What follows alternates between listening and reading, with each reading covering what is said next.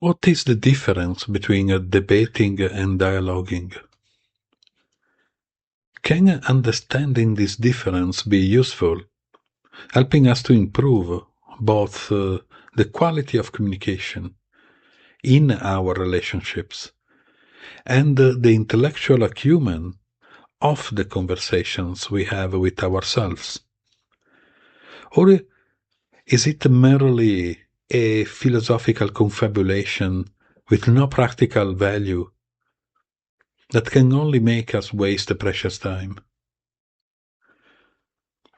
If you look at the following topic carefully, mindfully, seriously, and surgically, we can see how debate, so adored, emphasized, encouraged these days, especially in Western societies, is in fact a tool of intellectual and verbal reasoning that breeds conflict and conversational competitiveness.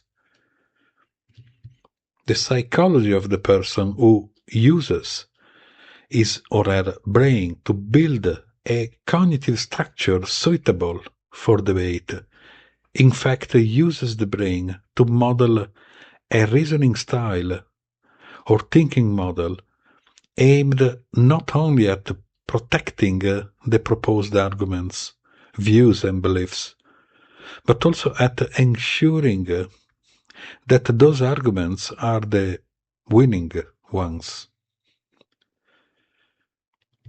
This sensorial, emotional, and intellectual, and I will also add slightly childish competitiveness that is so glorified by modern thought leaders and by the information technology architecture that supports them through algorithms that favor anything that create outrage and emotional reactiveness, is a psychosocial factor producing polarization, proliferation of cognitive biases used to make our argument victorious.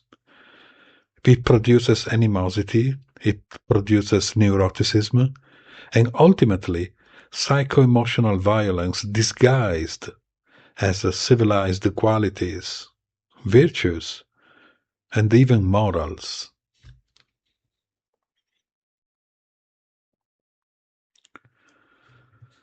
If we understand all of this through careful and critical introspection, critical analysis, and metacognitive inquiry, we can understand how our brain have been culturalized and conditioned for generations to organize the assembly of our reasoning within the structure of debating, and to base its cognitive architecture on this psychological foundation.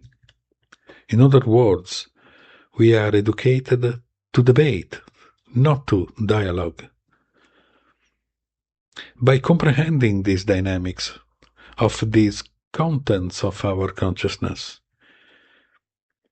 we can also suspect that this conditioning is likely why we are so conflicted or prone to conflicting attitudes, both in our digital especially and real lives.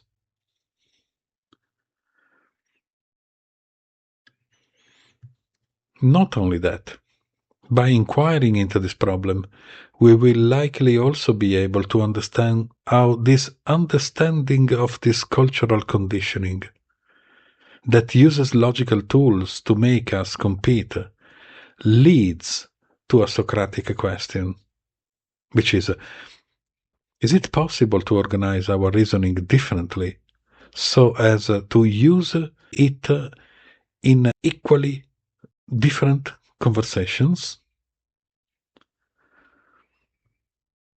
The answer is that yes, it is possible, and not only that, it is also increasingly becoming a necessity, given that it is no longer sustainable to continue with the current states of affairs, of things, the current average reasoning style that is common in this human-centered solipsistic and deranged modern society.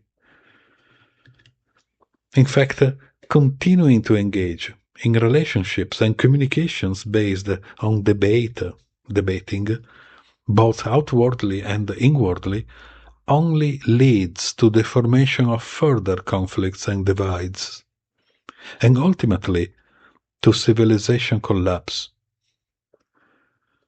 The maturity necessary in these tumultuous times requires the refinement of the introspective need to gradually replace our existing debate-based brain algorithms with much more intelligent proclivities aimed at conversing and thinking through Socratic styles dialogues instead, both internally, in terms of metacognitive introspection and reflections, and externally, with our interlocutors. Dialogues in which emotional reactivity, when it kicks in for any reason or trigger, be it what the interlocutor says or personal trauma responses automatically activated by our brain, must be immediately spotted as a brain response, supervised critically, and deconstructed to reduce its impact by taking our time if necessary.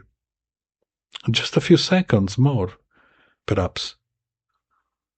Even at the cost of looking awkward to our interlocutors. Slowing down our cognitive speed is crucial in these salient moments. A progressive and gradual process of educating and training our brain neuroplastically to select dialogue over the competitiveness of debate is a fundamental skill for making our communications, both externally and internally, more mature, calibrated, and intelligent. This metacognitive practice that we should all undertake facilitates above all a clearer and more acute understanding of our conversations and ultimately of ourselves.